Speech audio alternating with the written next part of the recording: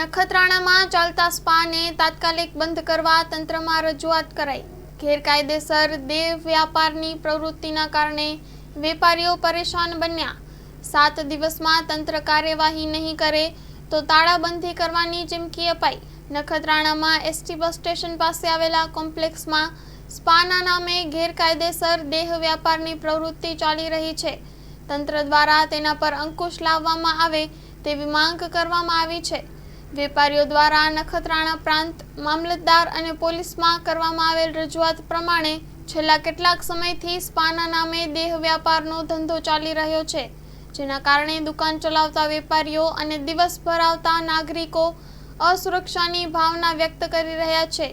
Spa સંચાલક અને spa માટે જગ્યા ભાડે આપનાર વ્યક્તિ માથાભારે હોવાથી જીવનું જોખમ છે।